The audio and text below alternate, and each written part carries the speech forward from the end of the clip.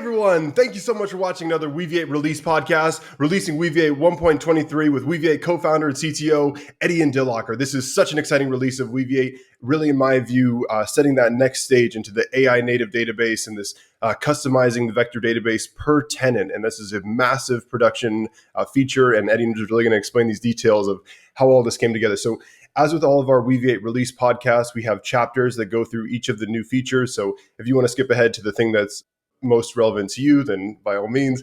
We have lazy shard loading, a flat index with binary quantization, AutoPQ, default segment for PQ, and then auto resource limiting, generative Anyscale, and then an update to the nodes endpoint API. So Etienne, firstly, thank you so much for joining the podcast. Thanks for having me. It's been a while. Also super excited. As you said, 1.23 is an amazing release with lots of production readiness features, and that's what it's all about. Yeah, amazing. So I think in this theme of kind of maybe, I think our last podcast was the release podcast was the 119 podcast, and we did our in-person podcast in San Francisco that unfortunately wasn't recorded. But so if we could maybe even set the stage before we dive into lazy shard loading with this multi-tenancy, native multi-tenancy in Weaviate, tenants as a first-class citizen, the design around shards, and if you could just kind of tell this whole story. Yeah, so tenants as a first-class citizen is the perfect summary of what the feature really is, because when we designed it, one thing that we wanted to make sure is that we don't just make a tenant. So a tenant in this case is a user grouping of data. So if you have your own app and you have users or user groups, you don't want to search or you don't want your users to search through vectors of another user. So the example that I used in a previous talk that I really like is if you have this sort of chat with your hard drive kind of example, like a mixture of ChatGPT and Dropbox, you would want to chat with your own data, but you wouldn't want someone to chat with your data. So you have this kind of separation. And you could do this without any vector database specific features, or I guess filter is also a specific feature, but without any multi-tenancy specific features, by just setting a field and then filtering for this field. So you could say user 123, and then you would set where user equals 123. But the problem with this is that everything is tied together.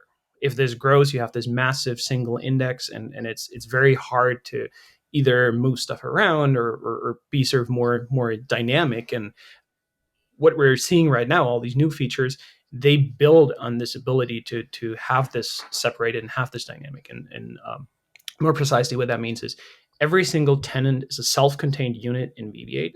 And because it's a self-contained unit, you can do whatever you want with it, basically. You could say you could deactivate it, activate it, and deactivate it. You could load it lazily. We'll get to that in a second. But yeah, it's kind of this foundation of really making this, no matter how many tenants there are, each tenant is self-contained, and that enables a lot of other things. Yeah, amazing. I that talk you gave at the AI conference, which will be linked in the description of this video as well for people listening, I thought it was so inspiring the way that you described how you reduce the memory overhead. And then I love these directions for the future you outlined about the active and inactive tenants and how you think about managing memory and this kind of thing. And so maybe if I could ask one more question before we dive into lazy shard loading is, I took away from your talk at the AI conference that the key difference between, say, using just collections as tenants, where each class is, tenant one, tenant two, and now the new native support is this change from consistent ring hashing to having a lookup list, and my understanding is that significantly reduces the memory. Is that a correct understanding? Yeah, it makes it much simpler. Memory is a side effect, like the memory reduction is a side effect, but it's just this one-to-one mapping, basically. So, and this is the same thing as with using a large index and filtering it down. You could still end up with data that's spread across different nodes, and with the multi-tenancy, this is much simpler. This is essentially a one-to-one mapping, and then one tenant would be sort of located specifically on one node, or if you have replication on multiple nodes. But it would be a sort of a very easy, I don't want to say consistent because the alternative is consistent hashing, but it's still consistent in the sense of like it's a lookup table. You just put in the tenant name and Weaviate tells you, yes, this tenant is scheduled on this particular node, and that's very, very simple. Yeah, super cool. So I've seen, without giving too many details on the podcast, but I've seen you've been doing some like crazy load tests of like how many tenants can you put into Weaviate, how many, and then vectors in each of them. And it's also interesting. So is this how the kind of the lazy shard loading, like how exactly you start up Weaviate, and could you dive a little further into what's new with this? Yeah. Well, we'll get to the load test when we talk about the flat index, because I think that's also a crucial component of the load test. Like, we couldn't have done it without that new features. Slight teaser for the next section. But on lazy shard loadings, so the idea is very simple. Because we have these individual tenants, that means we could end up with a lot of them. So, for example, I think in a previous blog post we said something like 50,000 or so is the most that you could have on a single node, but then you could add more nodes and scale it linearly. But with 50,000, what that means is if you start up a node, and of course in a production environment or in a container environment, startups are very frequently, because they could happen because you updated something, or just because the infrastructure changed, the underlying infrastructure changed, or because I don't know, something crashed or something. So startups are a pretty frequent thing. And with 50,000 tenants, you would have to sequentially load 50,000 tenants. And this is typically disk bound, because they have to be loaded from disk. Not everything has to be loaded into memory, but still you need to go through them. So what we would see is with a 50,000 node, or sorry, not a 50,000 node, a 50,000 tenant node, startup would all of a sudden take 3 minutes or 5 minutes or 7 minutes, and that's a very long time, because that essentially blocks you from using Weaviate. So one way around that would be with replication, and with replication, another node that's currently not starting up could take the traffic. But still, if you replace 3 nodes and they each take 7 minutes, that's already a 20 minutes sort of event. And now imagine 100 or 1,000 node clusters, that just doesn't scale whatsoever. So lazy shard loading is the idea that rather than loading everything up front, why not just load it on demand? And this is built in a way that it has zero user impact, or almost zero user impact. The idea is at startup, we just start up right away, and Weaviate is ready. It's reporting as ready. And then if a request comes in for a tenant, and here we're again sort of making use of the fact that not every tenant is active at the same time, right? Like immediately after startup, yes, even if there's lots of traffic, you might get requests for multiple tenants, but it's very unlikely that you would get a request for every single tenant on that machine in 1 second after starting up. So whatever the startup traffic pattern is, every shard or every tenant, because we have that tenant to shard mapping of 1-to-1, would just be loaded on demand whenever the request comes in. And the nice thing is that the sort of penalty for that is that the time penalty, latency penalty, is very, very small. You almost don't notice it at all.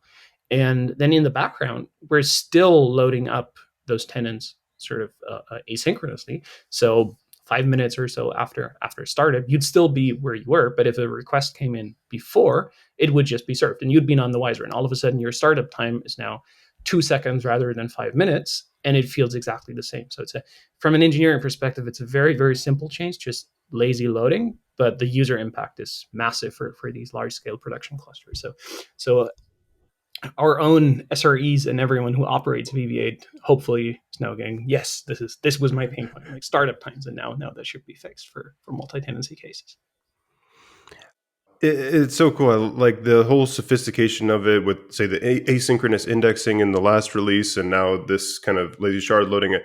Just sort of like this active inactive tenant thing, maybe prioritizing which tenants are loaded first in this lazy shard loading.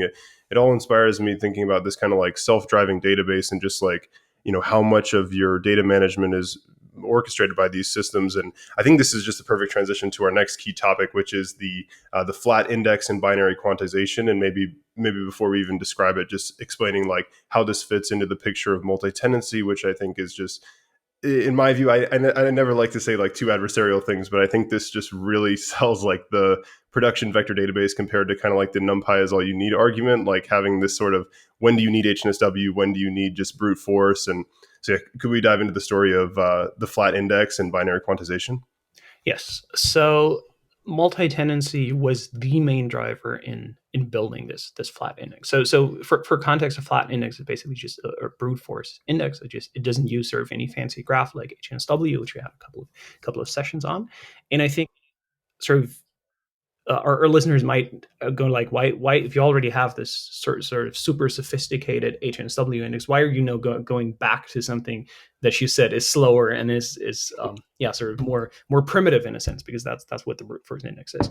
But multi-tenancy plays a role here, because with what we're seeing is, in a multi-tenant case, the total number of vector embeddings that users have are massive. So they would reach out to us and say like, hey, we have 20 billion or so vectors in our system. And then first things like, oh, wow, that's a pretty large scale. But then you ask them, so how many users is that? And how many vector embeddings per user is that?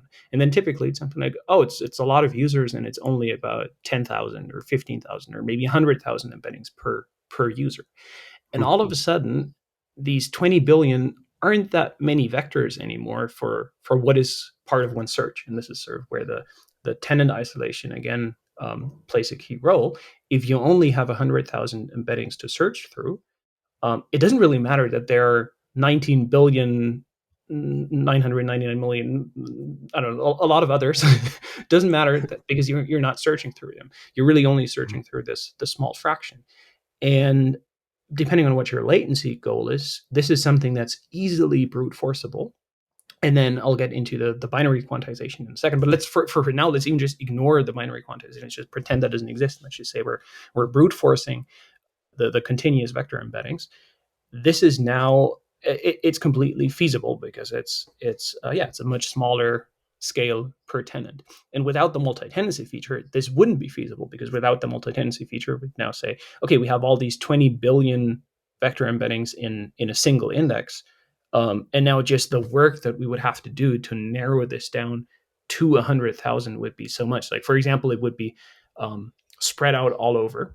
So even if you have, we have the roaring bitmaps and everything to tell you exactly these are the IDs that need to be matched. But just imagine this I don't know, multiple terabyte block on disk, and now you have a vector embedding here, you have one here, you have one here. So you're always reading this like tiny fraction, doing a disk seek. And yes, disks aren't spinning disks anymore. Disk seeks are much faster. But still, if you're seeking for every individual vector embedding, that would just be super, super slow. But because we have the tenant isolation, is really just one index. It's one index, and that's optimized for having everything sort of in this continuous segment. And now all of a sudden, this is very fast. So I need to need to dive deeper into two more things that I just touched upon. One is how this is stored on disk. And then the second thing is maybe before how it's stored on disk, the fact that it's stored on disk, because a flat index doesn't necessarily mean that it's stored on disk. It could also just be a in-memory index, and there's just no graph, for example, so compared to HNSW. But it was important for us for the flat index was there should be an option for it to be disk-based, because we don't want the memory usage. And this is the load test that you mentioned about. This is something where you could easily see there, which you could have very large scale setups that require basically no memory because everything is on disk. And then the second thing is, how is this stored on disk? And this is where our engineering team managed to use our existing LSM store. So we've talked a bit about, I think in the past, about the LSM store and the HNSW index. And it was always the LSM store was for the inverted index and for the object storage.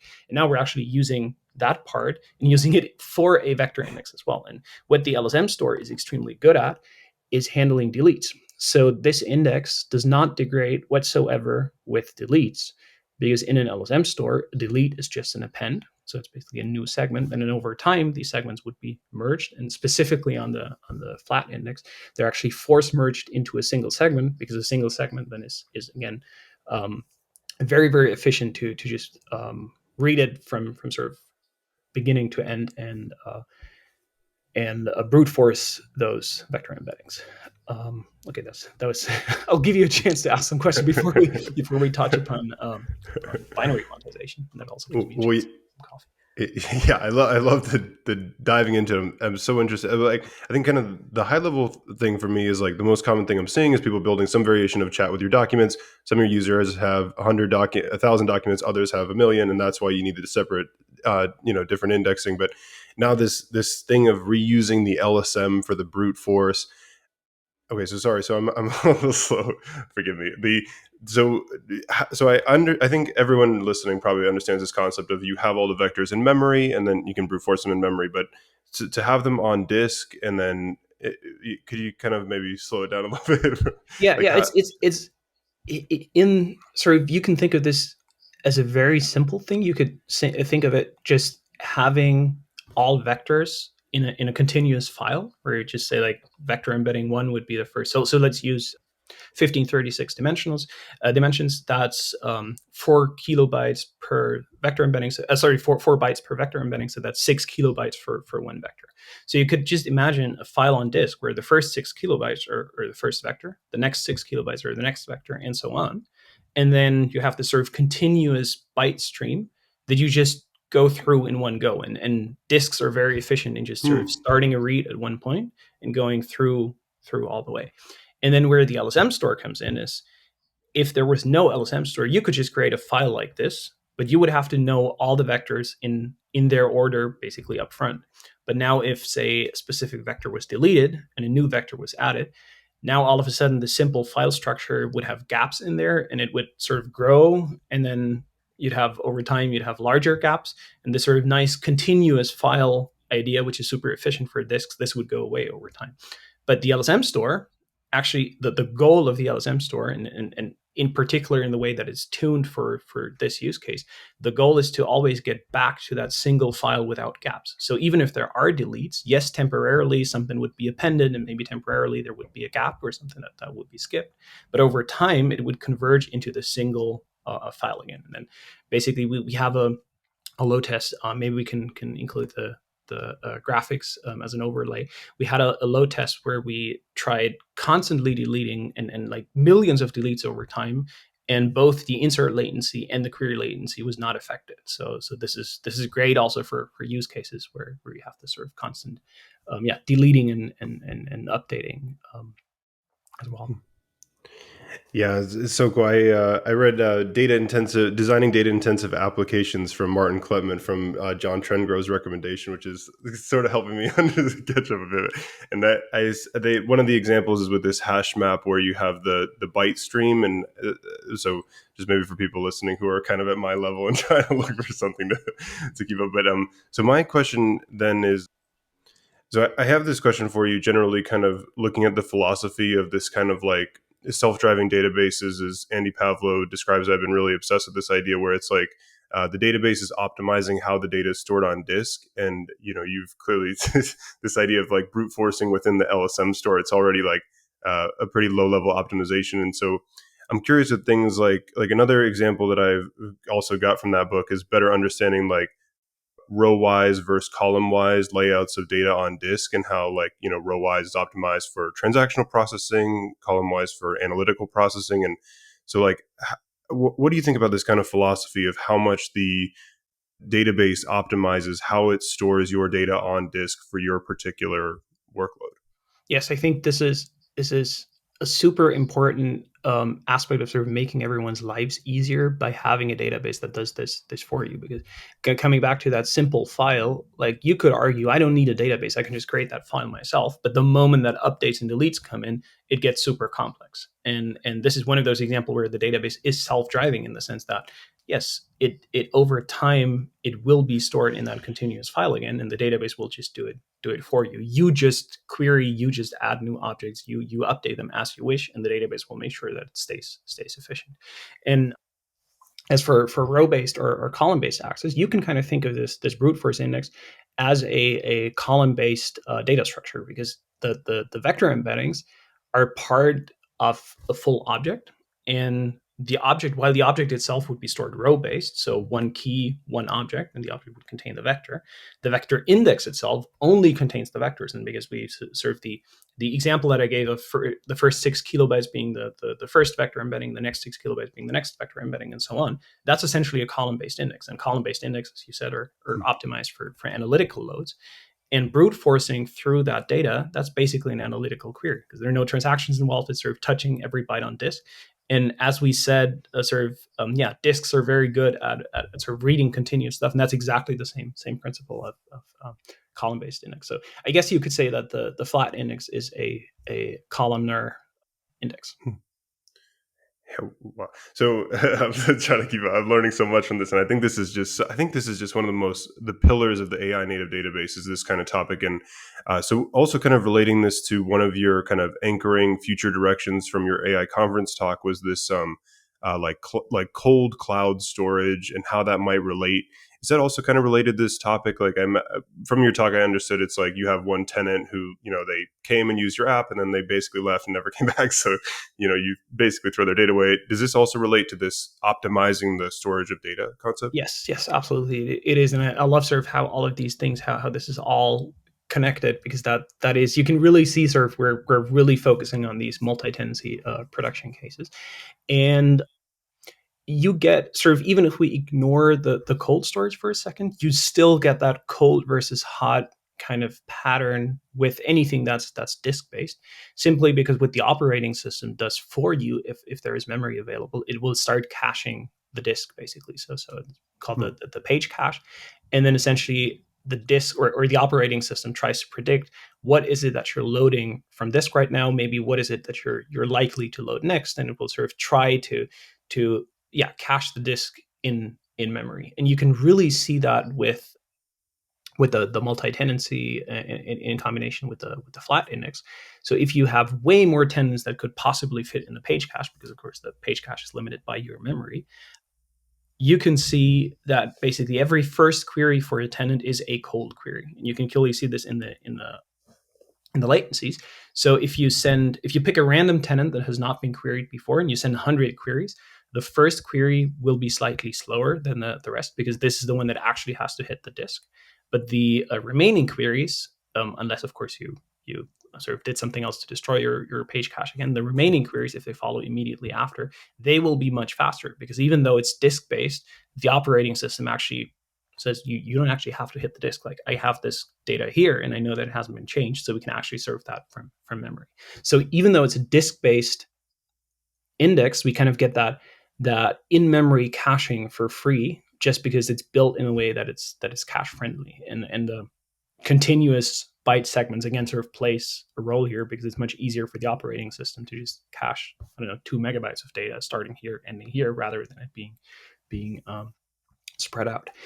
And then where cold storage comes in, and this is an option that's currently not part of 1.23 yet, but it's the logical next step, is we now have these steps of the data is on disk, the data could be in page cache, but still, if you have millions of tenants with terabytes of data, now you would still need a very large disk. So some of the load tests we did, like 10 terabyte disks or so, where the disk was more expensive than the compute. So now the next logical step is, rather than having this on disk all the time, if you know the query pattern, and again, this is where the self-driving database part comes in. So ideally, the database just figures this out for you, and you don't have to manually do anything. But then we could say that parts of those tenants that maybe haven't been queried in an hour or in a day or so, we can just move them to cloud storage. And then cloud storage is way cheaper than disk-based storage. So now we can have our disks smaller on average. But nothing is free in engineering. It's always a trade-off. Now the trade-off is, if you actually have a cold request coming in, and cold in this case doesn't just mean loading it from disk into memory. Cold actually means loading it from cold storage, so from cloud storage. Now you have more more latency overhead. So it's sort of like, the question is, are we optimizing for a hot cache, basically for hot queries that are super fast, even if the first request comes in, but then we need more infrastructure? Or are we optimizing for lower cost, where it's maybe okay to wait 500 milliseconds or a second or so to pull something in from cloud storage?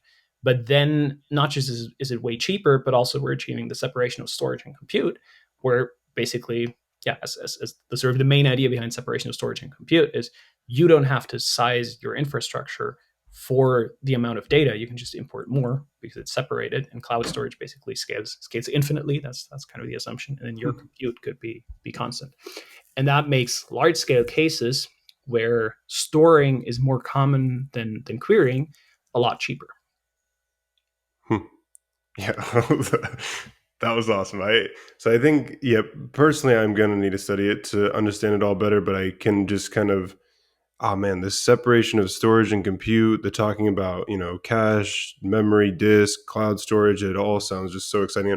So just, I know we're spending a bit of time on this topic, but I think it's just such a powerful one that I really want to dive into it.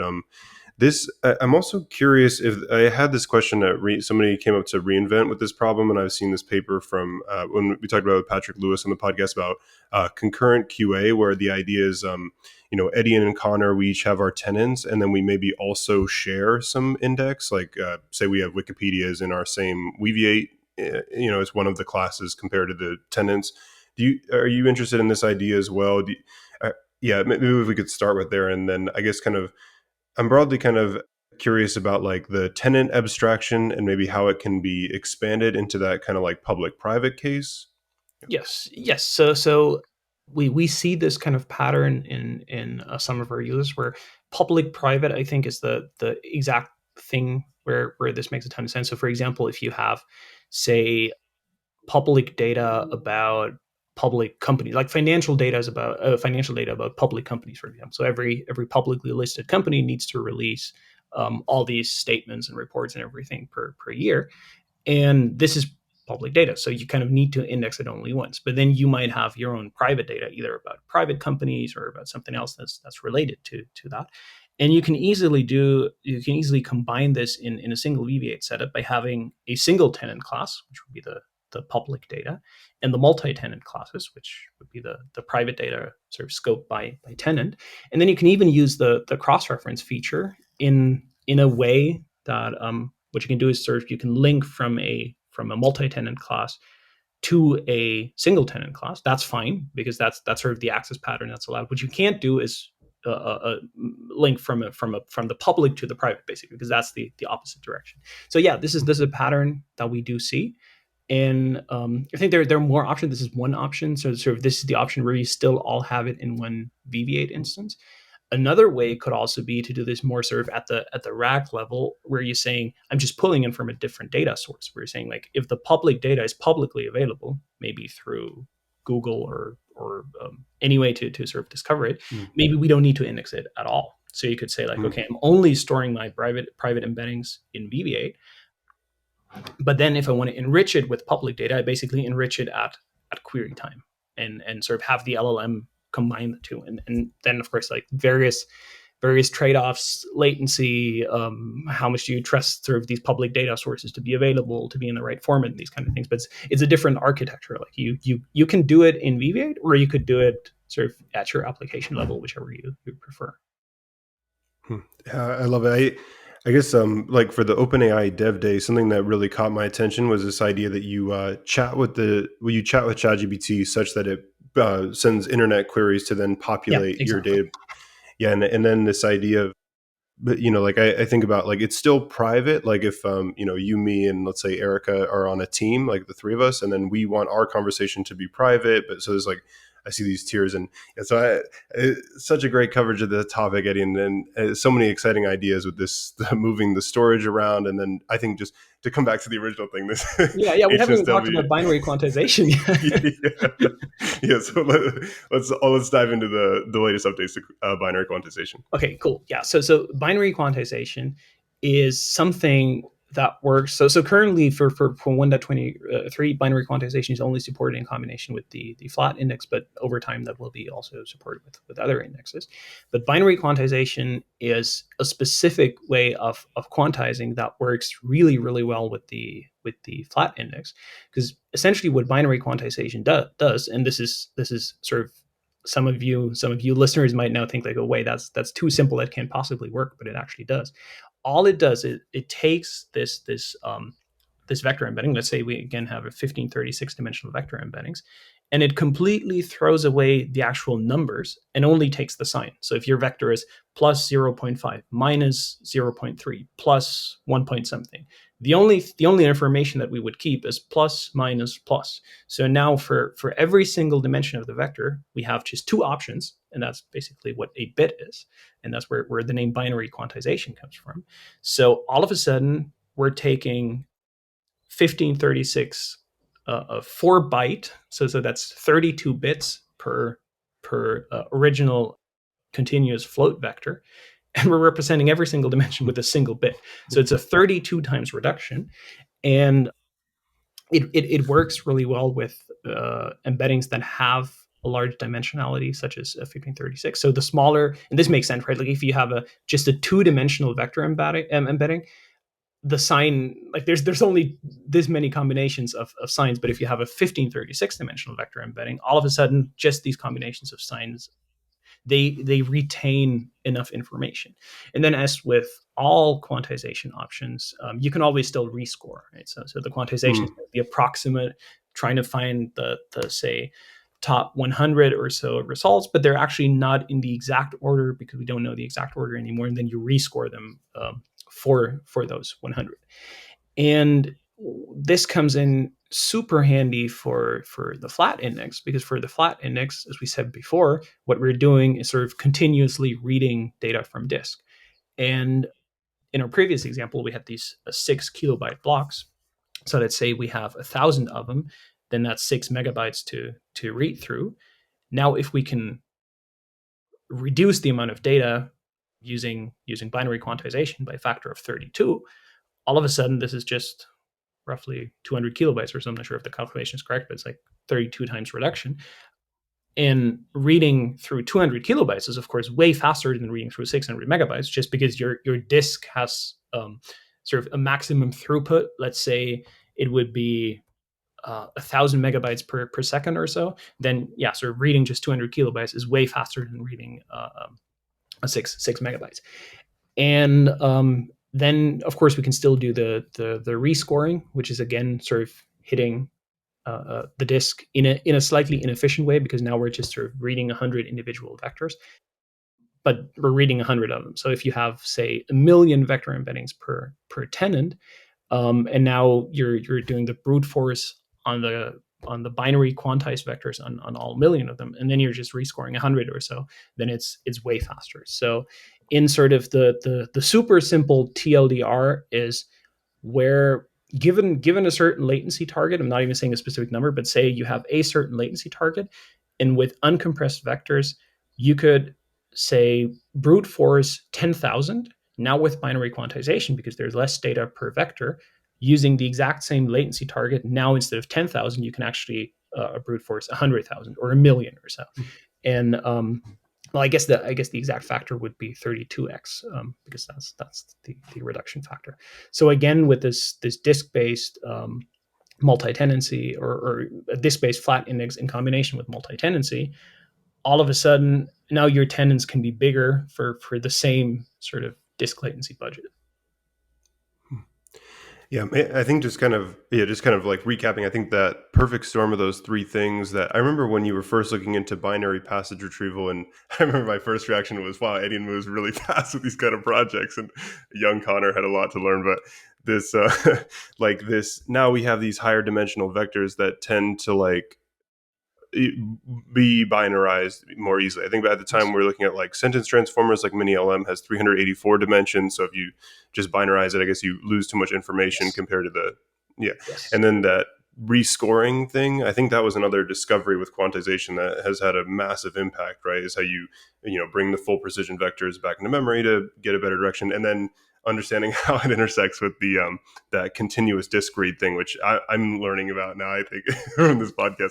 And yeah, that is really cool stuff. And I think actually, if we could, I know we told people in the beginning that we're going to go, flat index, BQ, AutoPQ, default segment, but I think it actually would transition really nicely to the default segment for PQ, because I think it relates nicely to understanding this concept of like, say you have the cohere vectors, V2 had 4096, I think V3 has 2048, but just kind of understanding what Weaviate is cooking with, understanding, like, we know the embedding model, so we're looking at how well binary quantization is going to work, what segments. So could you describe the kind of default segment lengths for PQ and Weaviate?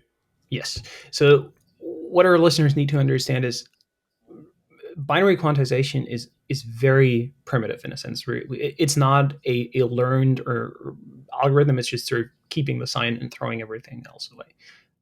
Product quantization, on the other hand, is much more flexible. Product quantization actually takes your data, or a sample of your data, clusters your data, and then tries to basically approximate sort of shorter quantized vectors that roughly represent the distribution in your data. And what that means is sort of with binary quantization, we said it's a 32x reduction. But with product quantization, there is no such thing as product quantization does a reduction of a factor of x, but rather it's configurable. And again, the embedding length plays a role here. So in product quantization, the minimum reduction that you could do is a 4x reduction, and this is simply because we're representing a 4 byte float 32 as a single byte. So even at that point, it's always a 4x reduction. But then where the magic comes in with larger embeddings is maybe let's go for a slightly easier to reason number.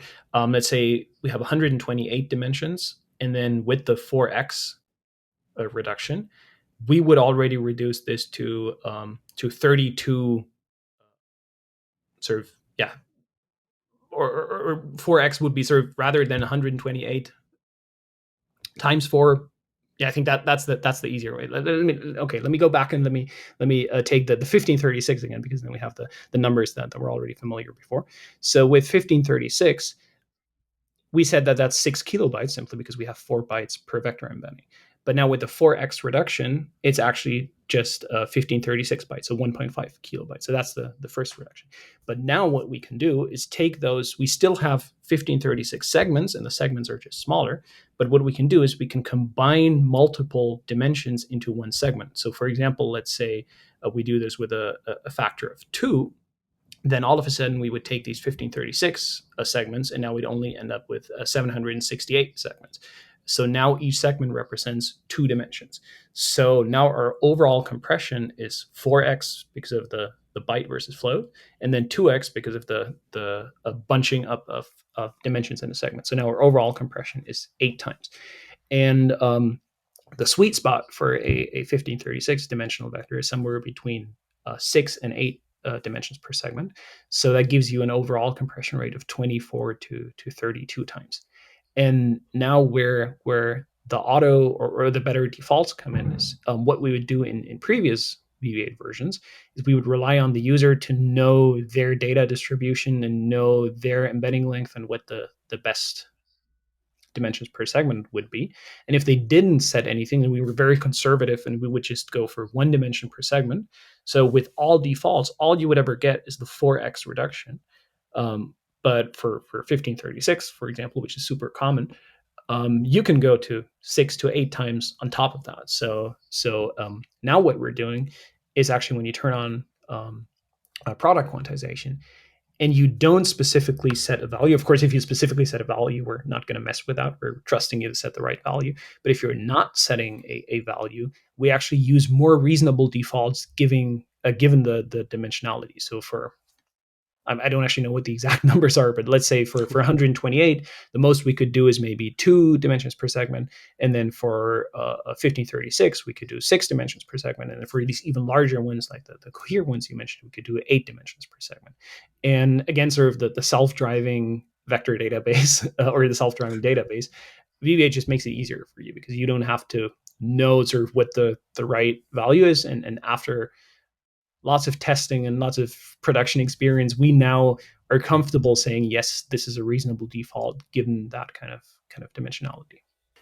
Yeah, I guess it's like, yeah, I think exactly what you said. Like I've seen like the tests that John Trengrove has been running on, like, using the beer benchmarks data sets like DBpedia and stuff like that to, because we know the embedding models. Maybe if you're training your own embedding model or fine tuning it, maybe now it's like, okay, well, you got to figure out what segment's going to work for your custom embedding model. And I think like there could be this interesting orchestration where you run like I've been pretty interested in the RAG evaluation thing, which is all these different knobs to tune. And maybe you do want to have some kind of orchestrator of like, okay, I tested 8 segments, 4 segments, 2 segments, and here's what happened.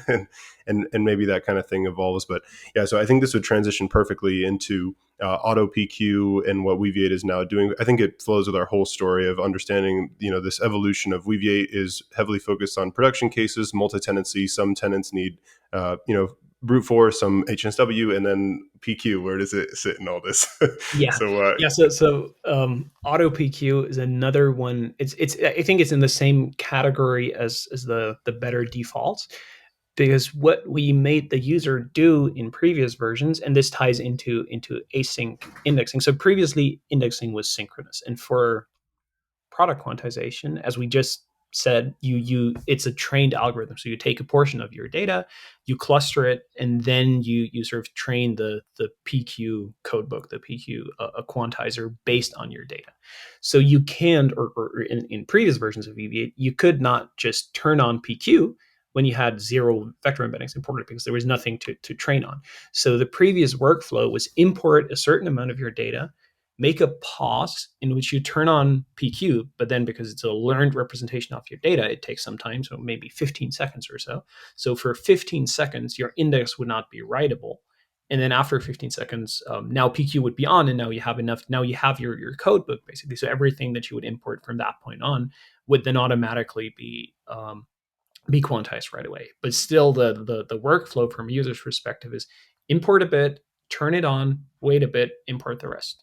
And it would be way easier, way nicer if you could just say PQ yes, and that's it. You just import it, and that's exactly what AutoPQ is.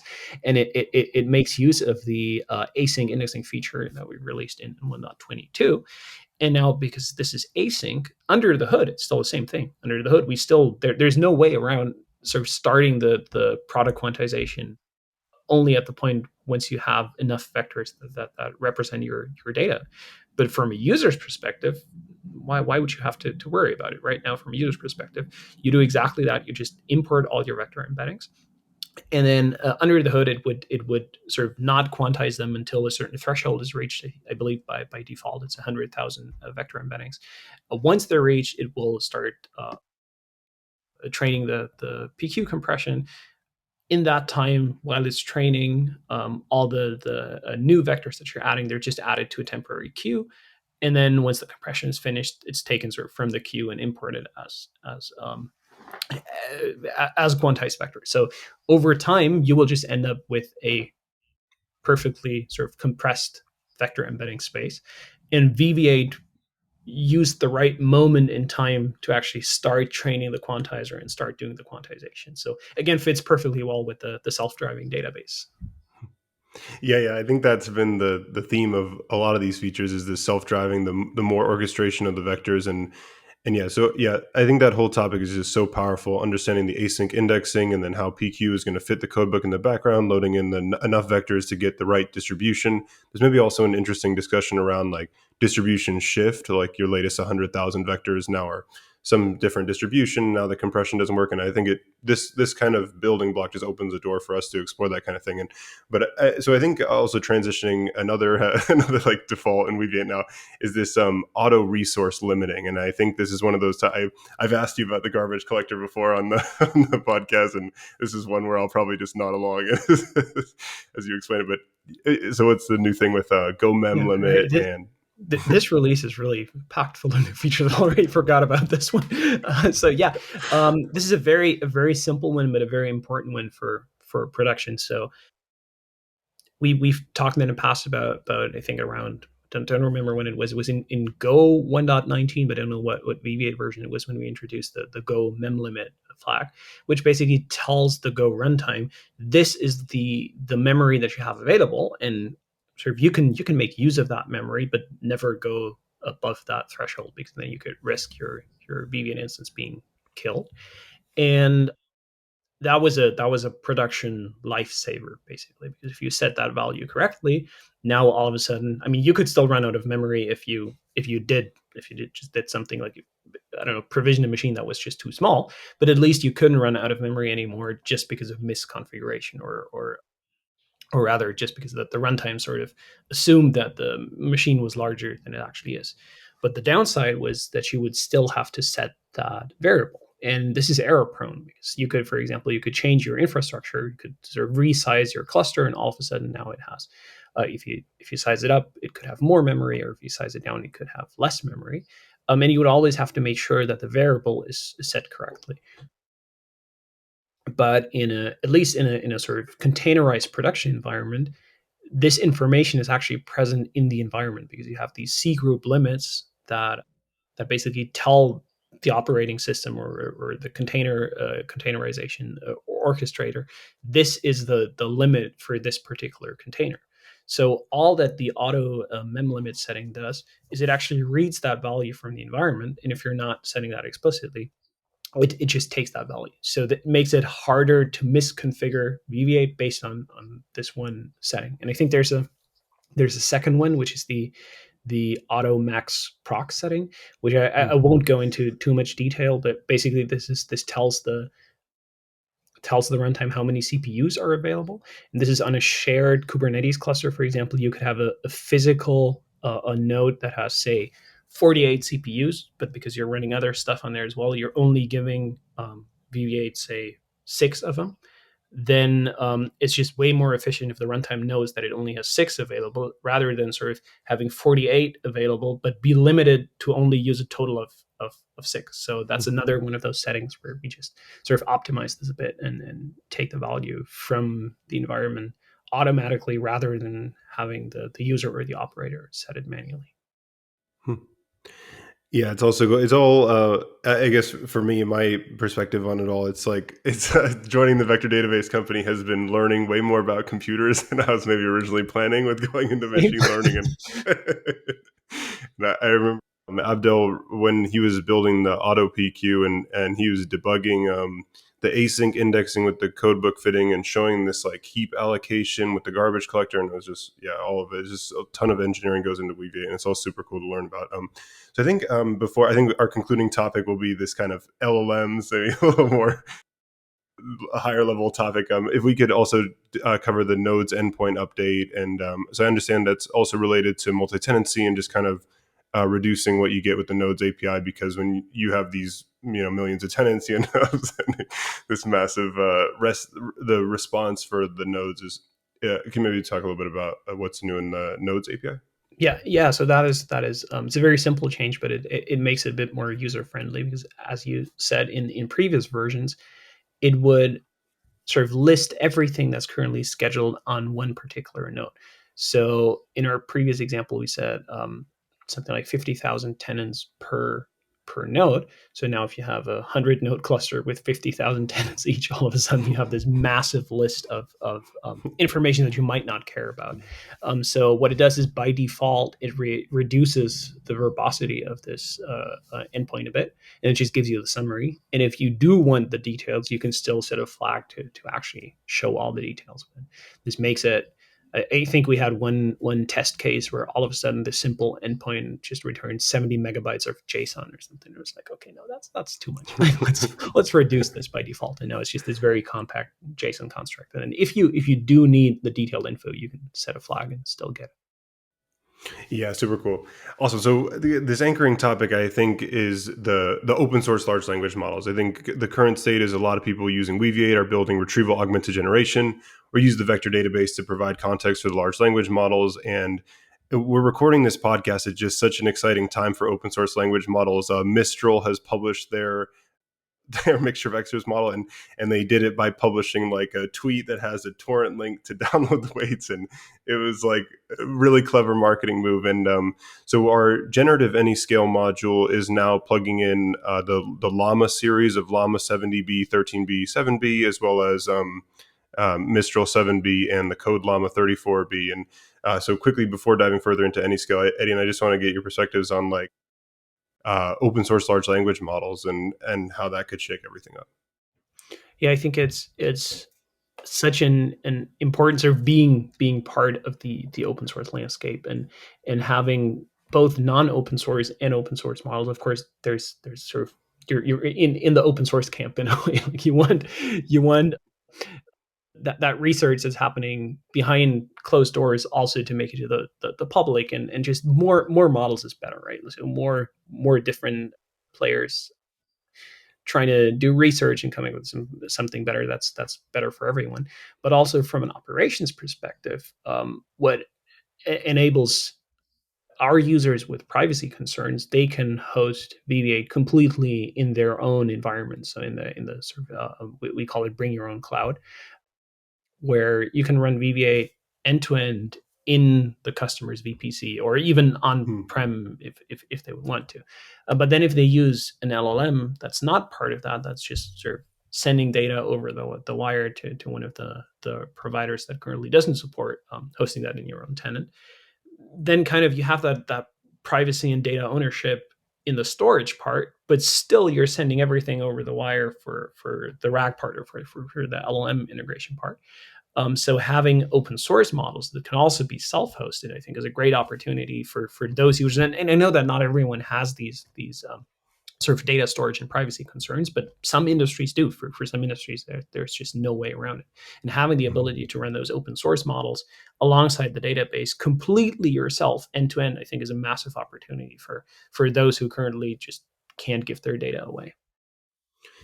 Yeah, I think that's a massive, like one of the most common questions at the reInvent conference was people who want to run it in Bedrock to run Weaviate also in AWS and have that sync up. And yeah, I think so. I think Anyscale probably also has some option like that. And I think Anyscale is quite an impressive company. My little story with this, I even have this little sticker here for as I tell the story. I saw this tweet from Robert, the CEO of Anyscale, that was like 25 cents per 1 million tokens inference, and I was like, that's super cheap. And so I went over to their booth to talk to them, and I mean, it's the I think the big thing to say here is that the cost of LLM inference is going down, and that will make all the RAG cheaper, these complex RAG agent like pipelines cheaper, generative feedback loops using the LLMs to transform your data, create new data, all of that will be more accessible. And so I think that's I guess there are kind of two things I want to say. So for me, so with Anyscale they offer fine tuning as well, and so I've personally done the test of giving them my credit card and just testing it for everyone to make sure it's okay. So I did the experiment of fine tuning this Llama 7B to do the text to Weaviate GraphQL experiment I've been playing with, and so then this is my next question about open source LLMs and how I currently see this like.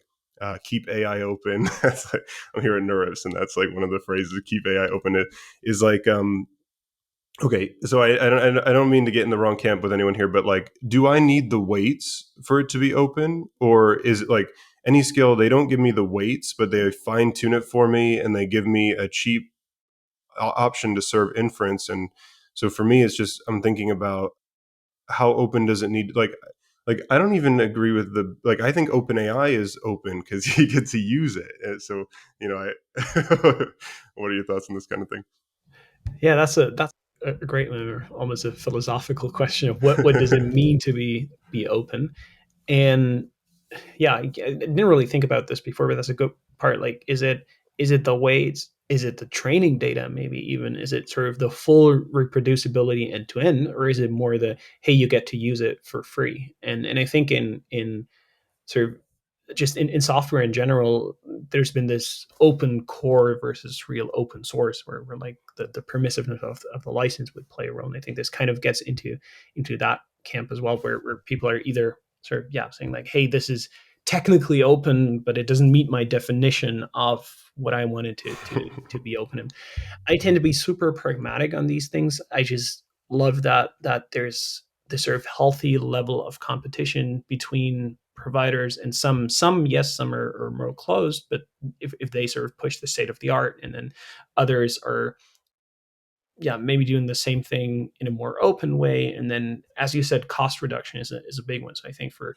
if we had only a single or maybe two or so providers who would do that all behind closed doors, they could just set the prices whatever they want. But now if we have open source or sort of more people doing that more in the open, and obviously we're a company that does everything in the open, so that's something that resonates with me.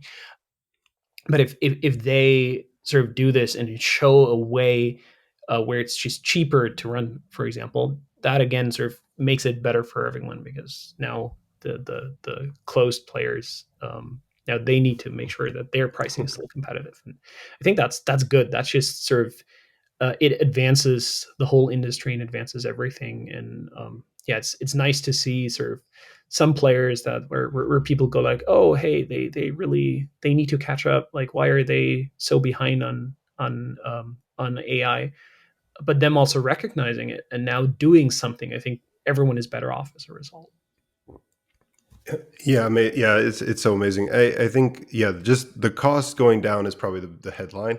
Yeah, yeah, and I imagine a lot of people seeing, does the 7B llama, can that function with my RAG augmentation? That the paper like Atlas, as we had Patrick Lewis on the podcast, that shows that with RAG you can get really good question answering with these smaller models. And then I think in our whole theme of self-driving databases with this whole concept, I think this continual model fine tuning thing does potentially have an enormous role to play in the story. And now with Anyscale, like we're making progress. And I think from my machine learning background, I'm really excited about seeing fine tuning becoming more popular and all that kind of stuff. So Etienne, thank you so much for joining the podcast for the 123 release. I think this one was just packed. It's got the lazy shard loading, flat index with binary quantization, AutoPQ, a default segment for PQ, which plays really nicely with that AutoPQ, the auto resource limit, the nodes endpoint update, and generative Anyscale. It's such a cool release. Thanks so much, Etienne.